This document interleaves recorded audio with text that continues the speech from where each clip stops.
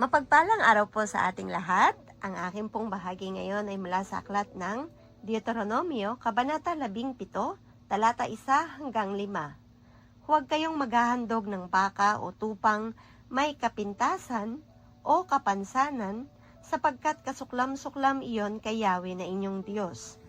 Sino man sa inyo ang matuklasang gumagawa ng masama laban kay Yahweh na inyong Diyos at sumisira sa ating kasunduan kay Yahweh, naglilingkod at sumasamba sa mga Diyos-Diyosan, sa araw, sa buwan, o sa mga bituin, ay siyasatin ninyong mabuti. Kapag ang sumbong o ang bintang na iyon ay napatunayan, ang nagkasala ay dadalhin sa pintuang bayan at babatuhin hanggang mamatay. Amen.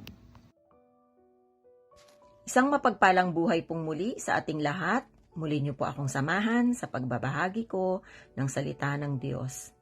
Sinasabi po dito sa 17 kabanata ng Deuteronomio, versikulo 6 hanggang 10. Ang pagsasakatuparan ng katarungan. Ang hatol na kamatayan ay igagawad kung may 2 o 3 saksi na nagpapatotoo. Hindi sapat ang patotoo sa isang saksi. Ang mga saksi ang unang babato sa nagkasala, saka ang bayan. Aalisin ninyo sa inyong kapulungan ang mga kasamaang tulad nito. Kung sa puok ninyo ay mabigat na usapin at hindi ninyo kayang utasin, tulad ng patayan, pangaapi o pananakit, dalhin ninyo sa lugar na pinili ni Yahweh.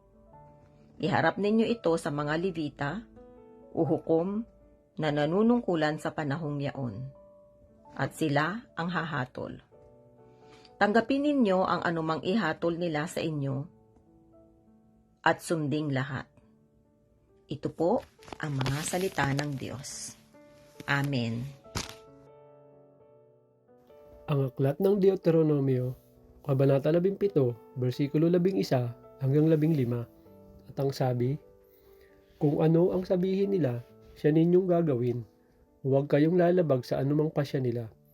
Papatayin ang sino mang hindi susunod sa katuruan ng pari o sa hatol ng hukom. Sa ganitong paraan ninyo aalisin ang kasamaan sa inyong sambayanan.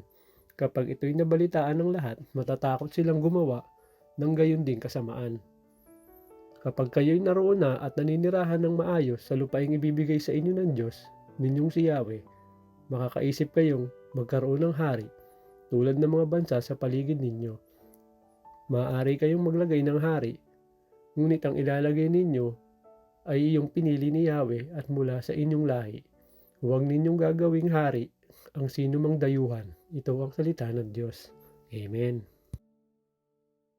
Our devotion for today is from the book of Deuteronomy chapter 17, verse 16 to 20. Huwag lamang siya magpaparami ng mga kabayo, ni pababalikin niya ang bayan sa Ehipto upang siya makapagparami ng mga kabayo, sapagkat sinabi sa inyo ng Panginoon, huwag na ninyong balikan mula ngayon ang daang yaon. Ni huwag siya magpaparami ng mga asawa, upang huwag maligaw ang kanyang puso, ni huwag siya magpaparami ng pilak at ginto.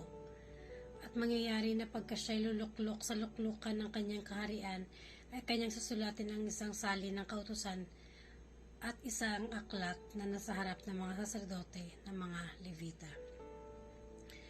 At mamalagi sa kanya at kanyang babasahin sa lahat ng mga araw ng kanyang buhay upang siya'y mag-aral na matakot sa Panginoon niyang Diyos upang isagawa ang lahat ng mga salita ng kautusan ito at ng mga palatuntunan ito.